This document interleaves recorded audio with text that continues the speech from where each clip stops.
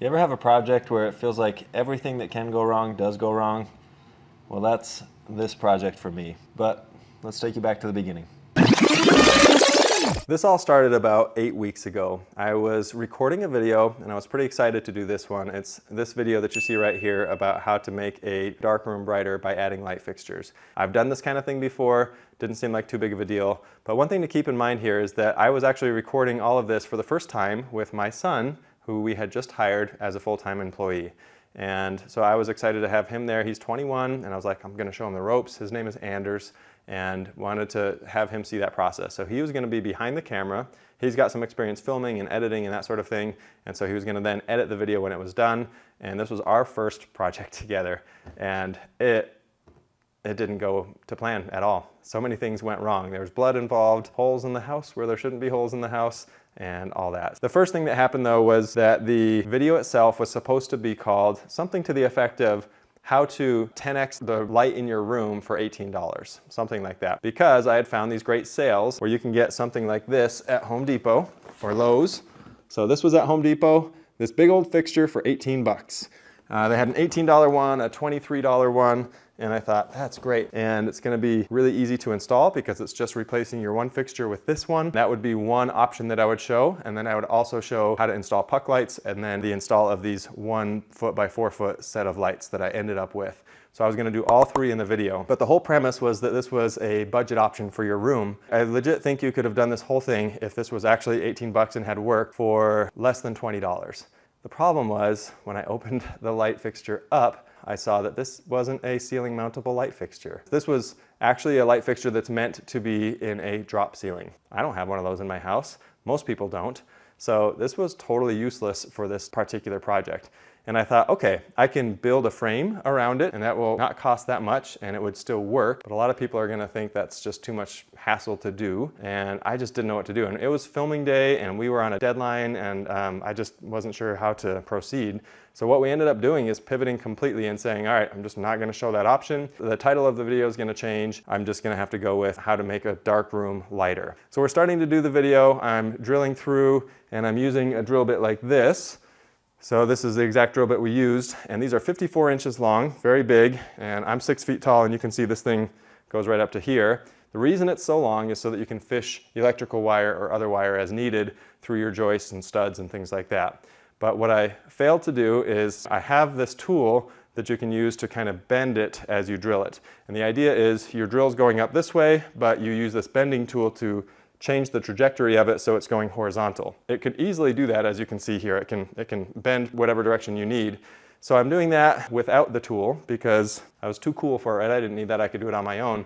And it starts to push back on me. There's some resistance there and I thought maybe I'm hitting a knot. I'm not sure what's going on. The dumb move that I made is I just kept going. I just kept pushing through and I was like, this is a lot, it feels like a really thick piece right here, like for some reason. And I know my joists are the I-beam style, and so I know it shouldn't be that difficult, but I thought maybe I got one of the top pieces and I'll just punch through the other side and that'll be that. Little did I know, I was drilling a hole right through the ceiling of my basement into the floor and through the floor of my entryway right in front of my front door upstairs. Oh my gosh. I wasn't sure what was going on, but I felt like something had gone wrong. So I go upstairs just to check and see, and I got my fingers crossed, I'm praying, I'm like, please tell me there's no hole there. Uh-oh. There's a giant drill bit sticking out of my front entryway floor. I couldn't believe it. It was embarrassing. So I had to go down and tell my son, yeah, I drilled a huge hole through the floor upstairs. Come take a look. So that's there. I should have probably shot some video or something like that. Then I thought, okay, now I gotta tell my wife that there's a huge hole in our entryway floor. My wife is awesome. She was very kind about it and she just knew that I'd fix it if I could and take care of it and we'd move on from there. In the end, I'm gonna show you what I did to fix all of these, and that's kind of the point of why I'm making this video is nothing that I did was permanent. You can work these things out. That's why we do DIY. That's why we learn these things. Sometimes the mistakes are really big and really costly. Sometimes sometimes they hurt. You can figure these things out. Like, I firmly believe that, and that's why we do DIY sometimes. I could have hired an electrician to do this. It probably would have been a major pain for him as well, and then it would have taken a long time and cost a lot of money. The next lesson I learned hurt a lot. I got these brand new knives from DeWalt. They had sent them to me to try out because they're kind of like the Milwaukee Fastback knives, which I love. The one I was using was a knife, like a full-on knife that folds up. So I was using that to de-sheathe, and in that process, I was being dumb. Again, just not thinking. So I'm holding the end of it down here. I'm trying to trim it up here, and I'm cutting right towards my left hand, which you should never do. I sliced right into my finger. It came out of the sheathing of the Romex and sliced right into the top section of that finger right there, and it cut deep. And I won't get into graphic details, but there was a lot of blood. I was just frustrated. I just thought, I don't have time for this. I just need to get this fixed up so I can go. What I needed was stitches. I went upstairs. There's bleeding all over the place. I'm trying not to get blood on the carpet and all over the house because that's going to be more hassle for me to deal with, right? So I'm cupping this and trying to keep the blood from dripping all over. I go upstairs to our bathroom. I told my wife, so she helps me get it wrapped up. We get it stopped bleeding enough to where I could put a Band-Aid on it, with lots of pressure and that kind of stuff. So you'll notice in the rest of the video, I've got a Band-Aid on this finger, and that's because there's a massive cut under there.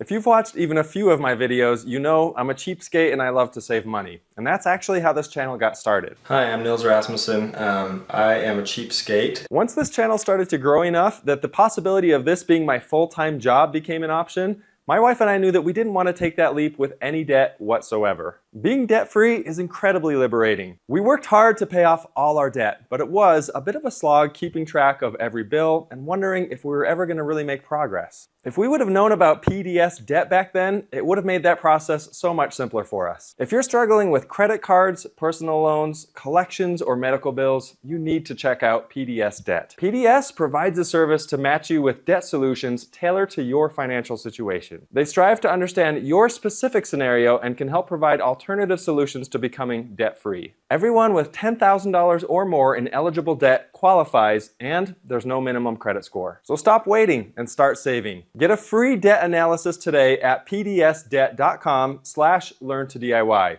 It only takes 30 seconds. That's pdsdebt.com/learn-to-DIY. pdsdebt.com/learn-to-DIY. Thanks to PDS Debt for sponsoring today's video. So I continued on, and we actually got about done with the whole project. We filmed the final version of the lights, which was these 1x4 LED panels. And the problem is that I lost one of the toggle bolts. They only give you the exact right amount of toggle bolts. So I'm trying to put this one up, and I realized this isn't gonna fit in place. I've got this one corner that's hanging down, and I've got this big gap. So what I ended up doing there was not showing that. And I'm a little embarrassed about this, but I have this idea sometimes that I need to make everything look like it's smooth and perfect and everything. I don't want to come across as an idiot on camera. I am very much realizing that I need to show those mistakes because I want to make sure that other people know that you can recover from these. So I'm gonna kind of walk you through the fixes for all of these. There was still one more issue that came up. I go down there one day, and these light fixtures can be set to different temperatures, different kelvins.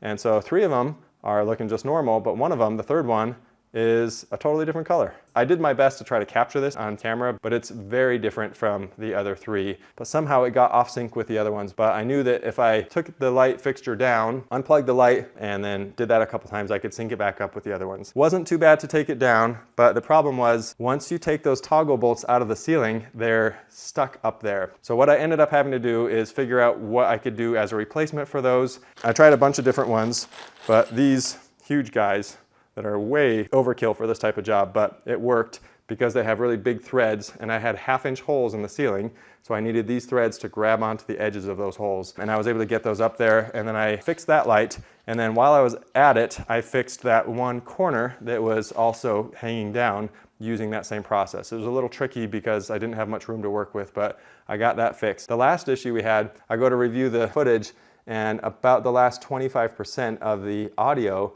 was useless. In fact, this is how it came out. Have a listen. Old work junction box, and there's the strain relief in here, so we're just gonna fit. So obviously that's not gonna work. It wasn't minor enough that I could clean it up in post, so I ended up with this weird voiceover that I had to do throughout the video, And I used that for the outro, and I even had to use it on part of the intro because I recorded a lot of the intro after the project was done. The last thing, like I said, was that hole in the floor. This one is not that bad. So if you haven't ever had to deal with this, which I hope you haven't, we were fortunate that we did have that same plank downstairs. We had extras of those. And then it's a pretty simple process. You basically drill a hole in each corner. This is optional, but I like to do this to prevent the blade from going too far. And then you just do a little triangle on either end, draw that in. And so I ended up using my plunge saw. This is a track saw. And one of the things I love about this versus a traditional circular saw is that you can actually just set the whole thing on the floor. The blade's not sticking out the bottom, so you can actually push it down to a specified depth. And as you can see here, I was able to specify it to go just deeper than the plank itself. So it would cut all the way through the plank, but hardly any more, which was really nice. It worked out great. And then it's just a matter of adjusting the tongue and groove. You have to shave off or cut off certain parts of the tongue and groove so that they'll fit in. Obviously, you can't fit all the pieces in just like you would when you were doing a full new install. So you have to get a little creative with it and cut off some of the tongues so that they sit down flush. And then you use cyanoacrylate or super glue, any of these kind of super strong glues like that, to put it in the groove and make sure that everything gets sealed down there permanently. And then you sit on that for a bit, let it do its thing, and then you'll never know that you had replaced that plank. And with that, I was able to finally put the rug that I was using to cover up that hole, I was finally able to put that back. Yeah, all of the mistakes that I made were now fixed, and I hope that you guys realize and see that there's not much that you can't fix around the house. So now all the lights work just as they should. They're all on a dimmer, and it's a smart switch too, so everything's voice controlled. The floor upstairs looks perfectly fine, and my finger is a constant reminder of being a little safer. So maybe that's not such a bad thing. If you do want to see the video itself and how that actually came out, it was a pretty cool transformation from this one little LED light that I had put in the basement like 8 years ago when we finished it to this really bright space. You can check that video out right here if you want to take a look at that. And thanks for being supportive and, you know, listening to my spiel about all my dumb mistakes that I make. I'm Nils with Learn to DIY. Thanks for watching.